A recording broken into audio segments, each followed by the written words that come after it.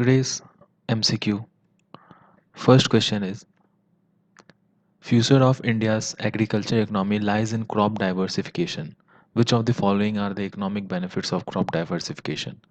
First, decrease negative impact of the environment. Second, maximize price fluctuations and balance the food demand. Third, crop intensification. Fourth, conserving the soil's nutrient profile. The answer for this question is option b, that is 1, 3 and 4। अब इसमें crop diversification का मतलब आपको पता ही होगा। Crop diversification मतलब ज़्यादा से ज़्यादा हम वैरायटी ग्रो करते हैं जब, तो उससे क्या क्या फ़ायदा होता है कि इकोलॉजिकल जो डाउन ग्रेडिंग होता है कंटिन्यूअस एग्रीकल्चर इरिगेशन और एग्रीकल्चर रोपने से, तो उस वजह से न्यूट्रिएंट जो है वो काफ़ी डिप्लीट कर जाता है। तो ये नेगेटिव इम्पैक्ट से बचने के लिए हम क्रॉप डाइवर्सिफिकेशन आजकल यूज़ करते हैं। और इसके साथ और भी बहुत सारे फ़ायदे हैं, जैसे कि जेनेटिक इंजीनियरिंग ऑफ प्लांट्स जो है वो भी इसके थ्रू की जा सकती है। आपने 6-7 क्लास के साइंस बुक में पढ़ा होगा कि कैसे हम लोग दलहन की खेती करते हैं अल्टरनेट क्रॉपिंग सीजन्स के। तो उससे क्या होता है कि जो नाइट्रोजन फिक्सेशन है आपके किसी भी खेत में, किसी भी बैरन लैंड में, या फिर इस क्रॉप एग्रीकल्चर जहाँ पे भी होता है, तो वहाँ पे उसके लिए काफ़ी ज़्यादा फ़ायदा होता है। तो सेकंड क्वेश्चन है, what do understand by indicator species? Indicator species से आप क्या समझते हैं? ए है option, the status provide information on the overall health and ecosystem. It is representative species of all the species that are threatened and endangered in the ecosystem. C, the endemic species that is lowest level of the food chain. D, it is a keystone species of an ecosystem without which local food chain may collapse. इनमें से कौन सा है आप बताइए। देखिए, इसका correct answer जो है वो ऑप्शन ए है। It provides information to overall health of ecosystem. जैसे आपने देखा होगा जो रिवर वाटर ओटर जो होता है, ये जहाँ पे भी आपने देखा होगा तो इसका मतलब कि वो रिवर वाटर काफ़ी क्लीन है, जिस वजह से वो वहीं पे वो पाए जाते हैं। नहीं तो अगर क्लीन वाटर नहीं हुआ तो वो पाए नहीं जाएंगे। इंडिया में काफ़ी ज़्यादा लुप्त होते जा रहा है। ओटर 3-4 प्रकार के होते हैं, बेसिकली 3 प्रकार के होते हैं।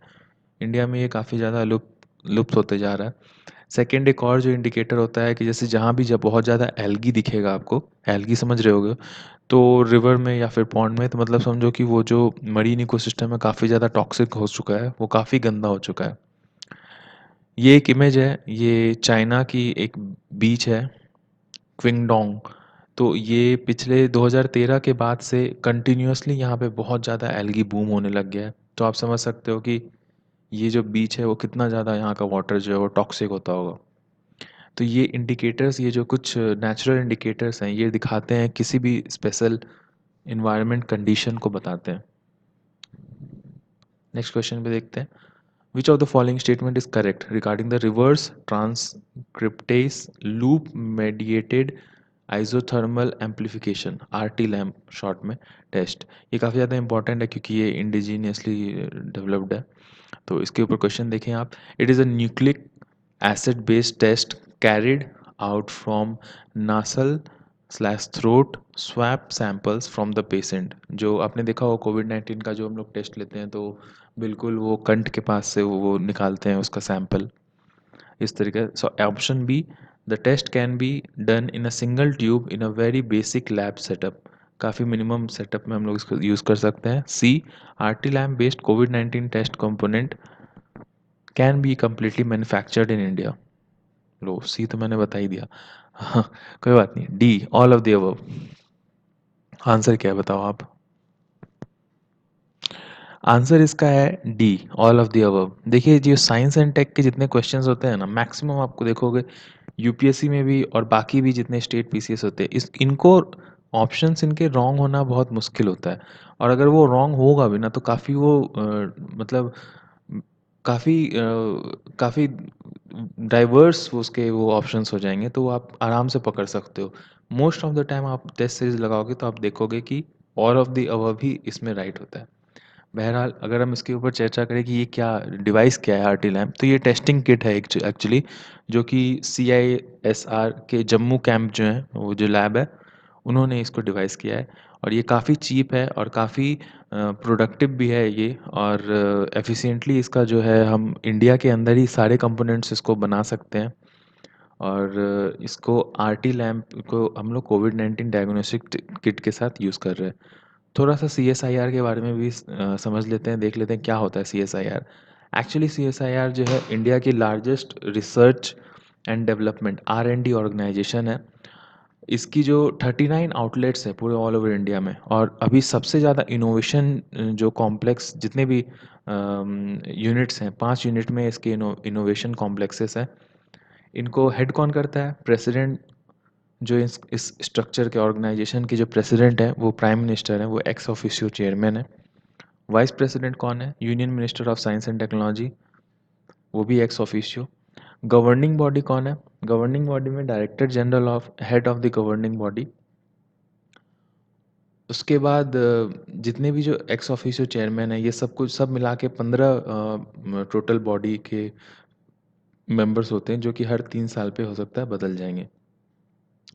ऑब्जेक्टिव इनका क्या है? ऑब्जेक्टिव बेसिकली ये है कि इंडिया इंडिया भर में साइंस एंड टेक्नोलॉजी को बूस्ट करना, इनोवेशन को बढ़ावा देना, और गाइडेंस और प्रमोशन और कोऑर्डिनेशन के through science and technology industrial research के थ्रू इंडिया के अंदर फाइनेंस करना, उनको जितने भी अगर मान लीजिए इनोवेशन होता है तो स्टूडेंटशिप देना, उसको रिसर्च के लिए स्टूडेंट्स को प्रोत्साहन देना, फेलोशिप प्रोवाइड करवाना, स्कॉलरशिप प्रोवाइड करवाना।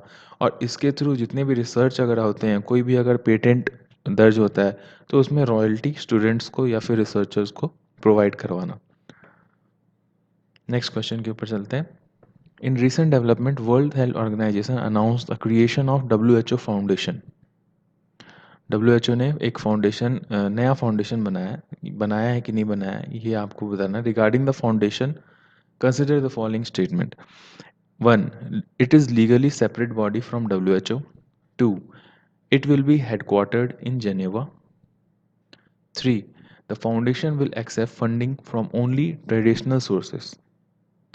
Which of the statement above is are correct? A. 1 only. B. 1 and 2 only. C. 2 and 3 only. D. 2 and 3 and 1 also. देखिए इसका आंसर जो है वो ये है कि WHO ने बनाया तो है ये नया फाउंडेशन, लेकिन जो 3 ऑप्शन जो है इसका वो रॉन्ग है। क्यों? क्योंकि WHO ऐसा एक बहुत कम ऐसे इंटरनेशनल ऑर्गेनाइजेशंस थे जो कि किसी भी ट्रेडिशनल या फिर आम जनता से वो डोनेशंस नहीं लिया करते थे। लेकिन अभी आपको पता होगा कुछ दिन पहले से जो है हमारे मतलब बहुत ज़्यादा प्रोटेक्शनिस्ट पॉलिसीज़ पूरे वर्ल्ड वाइड जा रहा है, और अभी कुछ दिन पहले ट्रम्प ने भी अनाउंस किया है कि अब हम WHO को फंड नहीं देंगे। तो उनको जो वर्ल्ड वाइड उनकी जो सेवाएँ हैं उनको कंटिन्यू करने के लिए उन्हें फंड तो चाहिए ही। जिस वजह से ही ये एक नया फाउंडेशन उन्होंने WHO फाउंडेशन उन्होंने ऑन करा है। इसका मुख्यतः यही कारण है इस फाउंडेशन का कि ज़्यादा ब्रॉड वे में मैनर में नए से नए तरीके से फंड और डोनेशंस को गैदर किया जाए। और इसके अंदर जो ट्रेडिशनल डोनर्स हैं वो तो हैं ही, उसके साथ साथ जनरल पब्लिक को पहली बार भी सम्मिलित किया गया है। अब कोऑपरेट पार्टनर्स, जनरल पब्लिक, ये सब लोग उसके अंदर डोनेट कर सकेंगे। अभी तक फ़िलहाल तो सिर्फ WHO में जितने थे इंटरनेशनल ऑर्गेनाइजेशंस ही डोनेशन किया करते थे। What is delimitation? Delimitation, option 1, defines the act of process of fixing limit on the boundaries of territorial constituencies, किसी भी कंट्री या फिर किसी भी स्टेट का या फिर लेजिस्लेटिव बॉडी का। ऑप्शन 2, की reason for this exercise is either bifurcation, किसी भी स्टेट को आपस में दो दो भाग में तोड़ना, या 2 या 3 भाग में, और या फिर एक नया सीट प्रोवाइड करवाना असेंबली में किसी भी पार्लियामेंट्री या फिर स्टेट इलेक्शन में, क्योंकि उस स्टेट का पॉपुलेशन जो है वो सेंसस के अनुसार बढ़ गया है, ये बताया गया। Third, delimitation is undertaken by a highly powerful commission with which comprises of Prime Minister of India and Supreme Court judge. Option 1 and 2 only, B option 2 only, C 1 and 3, D 1 2 and 3। देखिए इसका answer जो है वो 1 and 2 right है, 3 वाला जो है वो रॉन्ग है आपका। तो इसका कौन सा इन जो एक्चुअली क्या है कि देखिए जहाँ पे भी बाइफर्केशन हो गया, सीट बढ़ाने की बात हो गई, तो इसमें किसी भी पॉलिटिकल व्यक्ति को संलिप्त नहीं कर सकते, क्योंकि अगर पॉलिटिकल व्यक्ति तो फिर ये क्या आ गया, थोड़ा प्रॉब्लम हो जाता है, वो एथिक्स वाला प्रॉब्लम हो जाता है। तो जिस वजह से प्राइम मिनिस्टर तो होंगे नहीं इसमें, हाँ चीफ सुप्रीम कोर्ट के जज जो हैं वो हो सकते हैं। इसके जो मेंबर्स हैं वो काफ़ी हाई लेवल अथॉरिटी के मेंबर्स होते हैं। फॉर एग्जांपल जो इनके 3 मेंबर जो बेसिकली होते हैं, तो वो है रिटायर्ड सुप्रीम कोर्ट के जज, सेकंड चीफ इलेक्शन कमिश्नर, और थर्ड किसी भी स्टेट का, जिस भी स्टेट में बाइफर्केशन हो रहा है या फिर किसी जो भी इन जहाँ पे सीट बनाया जा रहा है उस स्टेट के चीफ इलेक्शन कमिश्नर। ये इतना पावरफुल बॉडी है कि इसमें जो डिसीजन हो गया वो किसी भी कोर्ट ऑफ लॉ में चैलेंज नहीं किया जा सकता है। बेसिकली इसको 2-3 कामों के लिए यूज़ होता है, किसी भी स्टेट को बाइफरकेट करने के लिए या फिर किसी कॉन्स्टिट्यूएंसी के सीट को बढ़ाने के लिए। बेसिकली बस यही 2-3 कारण हैं। थर्ड नेक्स्ट क्वेश्चन आते हैं, व्हाट इज़ बायोटोप? आपने एनवायरनमेंट में सुना होगा बायोटोप के बारे में। It is a ecosystem that supports genetic mutation and contiguous ecosystem. B, well defined geographical area के अंदर कैरेक्टराइज्ड स्पेसिफिक इकोलॉजिकल कंडीशन। और सी, it is a biome that harbors all the species of same phenotype. D, the community of species that reproduces entirely by sexual reproduction. क्या है answer? इसमें B जो है, बाकी सब तो ठीक है, राइट है, लेकिन बी जो है वो रॉन्ग है। एक्चुअली बायोटोप क्या होता है? एक यूनिफॉर्म इन्वायरमेंट कंडीशन होता है जिसमें distribution of animal and plant life जो होता है वो काफ़ी यूनिफॉर्मिटी के साथ डाइवर्सिफाइड होता है। इसमें ऐसा भी होता है कि किसी भी एक प्रॉपर कॉम्पैक्ट अपने आप में सफिशिएंट अगर कोई इन्वायरमेंट है, उसको हम बायोटोप कह सकते हैं। फॉर एग्जांपल एक एक्वेरियम भी बायोटोप हो सकता है या फिर एक ओशियन भी बायोटोप हो सकता है। ये आपके ऊपर है कि आप कितने एरिया को क्वांटिसाइज कर रहे हो। एक आपके घर के पीछे का जो पार्क है वो भी एक अपने आप में बायोटोप हो सकता है। एक जो एग्रीकल्चर फील्ड है वो भी अपने आप में एक बायोटोप हो सकता है। Next question, consider the following statement regarding the snowflake coral. A, it is a keystone species of marine ecosystem. B, it is found in only in Gulf of Kutch. Which of the following statement is not correct? A, only one. B, two only. C, both. D, neither. देखिए ऐसे questions में क्या है, अगर किसी species के बारे में बात किया गया है तो वो ओनली तो हो ही नहीं सकता ना, क्योंकि वर्ल्ड में ऐसा बहुत सारा, अभी भी बहुत सारा जगह है, आपके हिमालयन ट्रेंचेस में बहुत सारा है, फिर डीप ओशियन में भी बहुत नीचे तक हम नहीं जा पाए, जो मानव जाति है वो बहुत नीचे तक हम लोग डिस्कवर नहीं कर पाए कि वहाँ पे क्या क्या अवेलेबल है। तो ओनली अगर कहे कि वो सिर्फ और सिर्फ ये स्पीसीज यहीं पाया जाता है, तो वो बिल्कुल ही रॉन्ग होगा वो एमसीक्यू। ठीक है, अब पहला जो है आपका की stone species in marine ecosystem, अगर इतना ही की स्टोन होता तो उसका आपके इसके बारे में आप पहले ही पढ़ चुके होते, लेकिन अभी आप बहुत कम पढ़ रहे हो इसके बारे में। दैट मीन्स कि ये हर जगह नहीं पाया जाता है, स्पेसिफिक जगह पे पाया जाता है, जिस वजह से वो की स्टोन तो नहीं हो सकता है। तो इसका आंसर क्या होगा? Answer D. अब थोड़ा डिटेल में बात कर लेते हैं। डिटेल में ये की स्टोन क्या है, ये स्नो कोरल क्या है, स्नोफ्लेक कोरल। एक्चुअली ये इसका जो अपीयरेंस है वो थोड़ा फेदरी टाइप का है, जो कि स्नो टाइप से दिखता है, जिस वजह से ये इसको ये नाम पड़ा है। क्यू एन न्यूज़ में तिरुवनंतपुरम और कन्याकुमारी के आसपास में अभी कुछ दिन पहले इसको पाया गया था। ये एक इन्वेजिव स्पीसीज़ है। इन्वेजिव स्पीसीज़ मतलब ये जिस भी जगह पे ये पैदा होते हैं वहाँ के आसपास के जो जनजाति है उनको काफ़ी ज़्यादा प्रॉब्लम क्रिएट कर देते हैं। उनका कॉलोनी डिस्ट्रॉय करते हैं, उनके इन्वायरमेंट को गंदा कर देते हैं। उनके रहन-सहन में काफ़ी ज़्यादा प्रॉब्लम आ जाता है। फॉर एग्ज़ाम्पल ये जो इन्वेसिव स्पीसीज़ हैं, ये वहाँ पे जैसे ये किसी भी चीज़ के ऊपर मतलब जैसे एल्गी की तरह वो उसके ऊपर वो पैदा हो जाते हैं और वहाँ पे वो वो वहीं पे जमे रहते हैं। जैसे फॉर एग्ज़ाम्पल आप देखिए कि मेटल के ऊपर भी वो जम जाते हैं, लकड़ी के ऊपर भी, या फिर किसी या इनफैक्ट अगर प्लास्टिक भी पड़ा है ना पानी के अंदर, तो उसमें भी ये जमा हो जाते हैं और उसके ऊपर बढ़ना शुरू कर देते हैं। प्लास्टिक कहाँ से आया अब ओशियन में? तो जैसे कन्याकुमारी टाइप उधर साइड में आपको पता होगा कि वहाँ पे काफ़ी ज़्यादा फ़िशिंग होता है।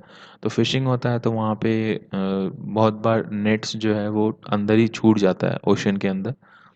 तो वो सब नेट्स जो है वो अंदर ही रह जाते हैं, तो उसके ऊपर ये बन जाते हैं, जो फ्लोट करके और बाकी दूसरे मरीन इकोसिस्टम को भी प्रॉब्लम करते हैं। तो ठीक है, आज के लिए इतने ही क्वेश्चंस थे।